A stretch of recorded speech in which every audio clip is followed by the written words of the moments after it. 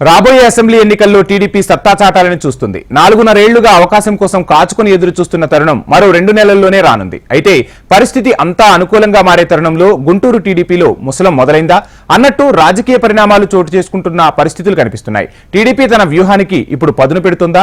2024 ఎన్నికలు రాజకీయ ఎత్తులకు తెనాలిలో బీజం పడిందా? మొన్నటి వరకు అధిష్టాన నిర్ణయమే శిరాస వహిస్తానన్న ఆలపాటి వర్గం ఇప్పుడు ఎందుకు రివర్స్ అవుతుంది?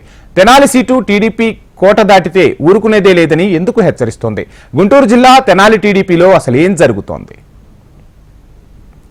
తెనాలిలో రాజకీయం ఒక్కసారిగా బగ్గుమంది. టీడీపీ 2 భాగాలుగా చీలిపోయేందుకు సిద్ధమవుతోంది. నిన్న మొన్నటి వరకు టీడీపీ అధిష్టానం చెప్పిందే తమకు వేదవాక్కు అని చెప్పిన ఆలపాటి రాజా ఇప్పుడు కార్యకర్తల కోరిక మేరకు సీటు తనకే కావాలంటున్నారు. అయితే ఇదంతా టీడీపీ నడుపుతున్న గేమ్ అనుకోవాలా, లేక ఆలపాటికి ఉన్న గెలుపు ధీమా అనుకోవాలా అనేదే ఇప్పుడు గుంటూరు జిల్లా తెనాలిలో తీవ్ర చర్చకు దారితీస్తోంది.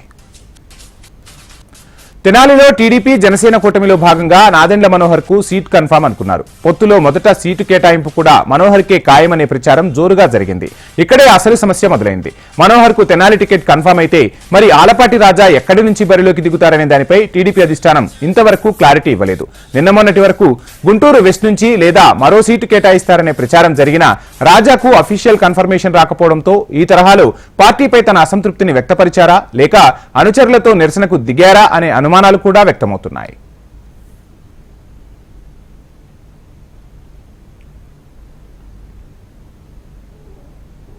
తెనాలిలో ఆలపాటి రాజా గత కొద్ది రోజులుగా పాదయాత్ర కూడా నిర్వహిస్తున్నారు. ప్రజలతో మమేకమవుతున్నారు. ఈ నేపథ్యంలోనే ఆయనకు టికెట్ ఇవ్వకపోతే ఊరుకునే ప్రసక్తే లేదంటున్నారు ఆయన అనుచరులు. అంతేకాకుండా టీడీపీ సర్వసభ్య సమావేశాన్ని ఏర్పాటు చేసి భవిష్యత్ కార్యాచరణను ప్రకటించబోతున్నారు.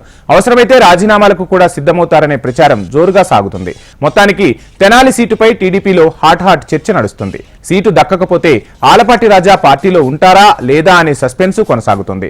తెనాలి సీటు కదా కంచికే వెళుతుందా, లేక చంద్రబాబు ఇంటి వరకు వెళుతుందా వేచి చూడాల్సిందే.